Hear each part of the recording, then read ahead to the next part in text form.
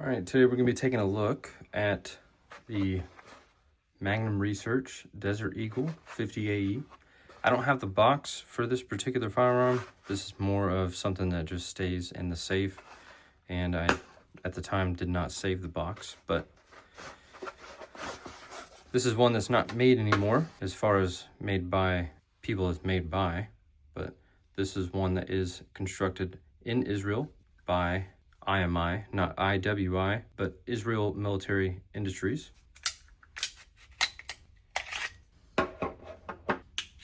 So today we're going to be taking this out to the range right after I kind of go over the features and kind of specs of everything on the Desert Eagle. So the barrel here is going to be a 6-inch carbon steel barrel featuring a black oxide coating with a 1 in 19-inch twist rate, and on the top side of the barrel is going to be 2 sections of Picatinny rail. It's kind of accentuated on the barrel having the sections of Picatinny rail. That's because the barrel is kind of fixed in place. Kind of a unique design in that the slide comes to the rear separately from the barrel, and the barrel does no tilting or anything like that. And then the slide has this cutout on the bottom side here. So the barrel is essentially fully exposed as far as, you know, comparing it to other handguns. So the sights, you know, front and rear.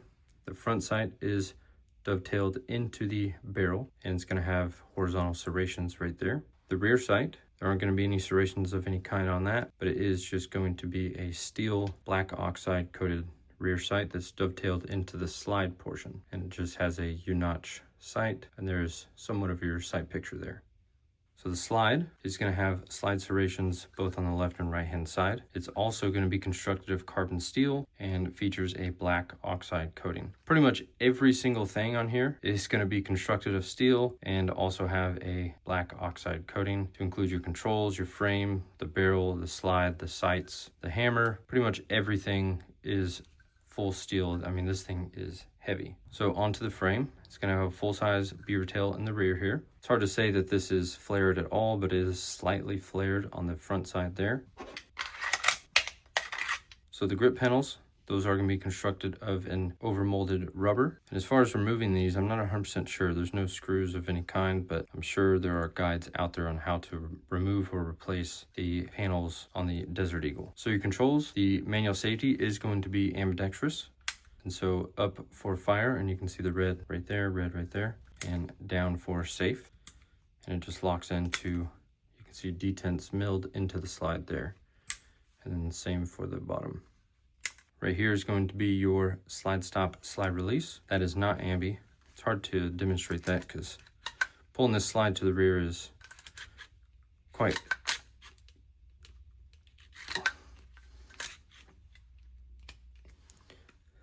it's quite a lot of travel, and that recoil spring is quite strong. In the rear here is going to be your hammer, and then on this side is going to be your takedown lever. And the hammer is going to have some texturing on the top side.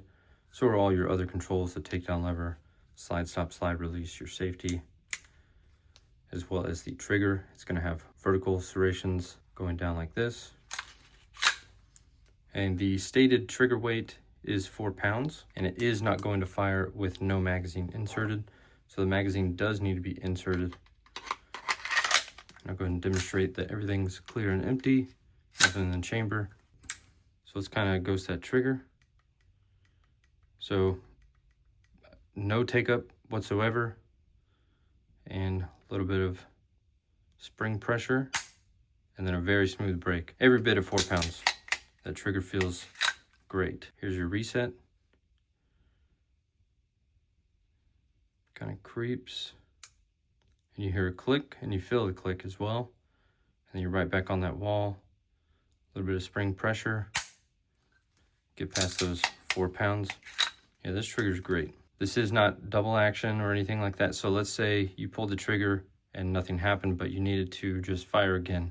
You could manually pull the hammer back and pull the trigger again, but it's just easier just to eject that round, load another round, and then fire, just in case there's an issue with that particular round. And right here is going to be your magazine release button. In my opinion, it's kind of comically small for the gun, and it's a little bit hard to reach You do have to adjust your grip to get to that magazine release button, but right there. So onto the magazines. So these magazines are going to be constructed of steel, feature a black follower, steel base plates, and they are 7 rounds, at least for the 50 AE version. So what I'm going to do now is I'm going to take this out to the range, kind of show you guys how it runs and how it feels to shoot it, and then just kind of give you guys my final thoughts and opinions after that. I'll see you guys at the range.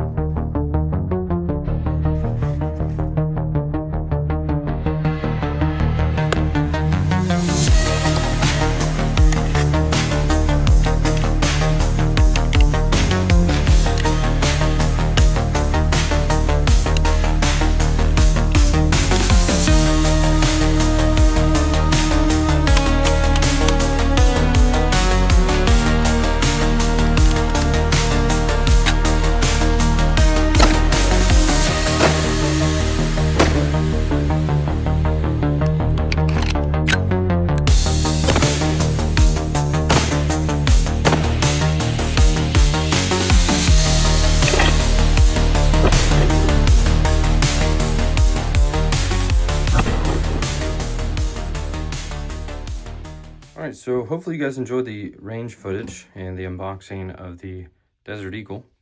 Definitely an interesting gun to shoot. I can say definitely without a doubt. If you've never shot a Desert Eagle before, I do highly recommend trying one out.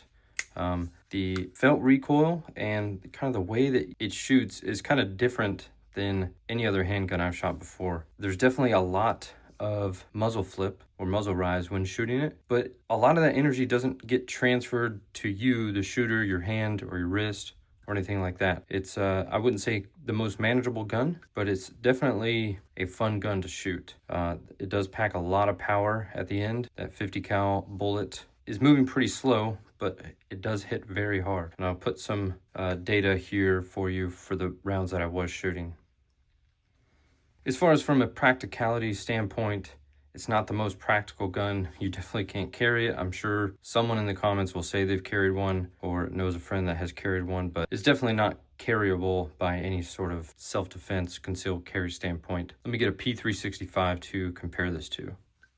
All right, so here is my pretty much everyday carry, P365 SAS slide with a Wilson Combat XL grip, and here it is next to the Desert Eagle. Definitely a very large gun, very large footprint, also extremely heavy as far as comparing it to the 365 goes. But it is definitely fun. Definitely think if you're just wanting to add something to your collection and you need something different rather than another Glock clone or another 2011 or another 1911, I definitely think this is worth taking a look at. Go shoot one if you have a range that has one for rental and go try it out. The ammo is kind of expensive, but you know, shooting isn't the cheapest hobby there is to begin with, so take the 50 AE price for what it is as far as availability and other rounds that you can compare it to. If you guys have any questions on the Magnum Research Desert Eagle, drop a comment down below and I'll do my best to get back with you. Thank you all for watching.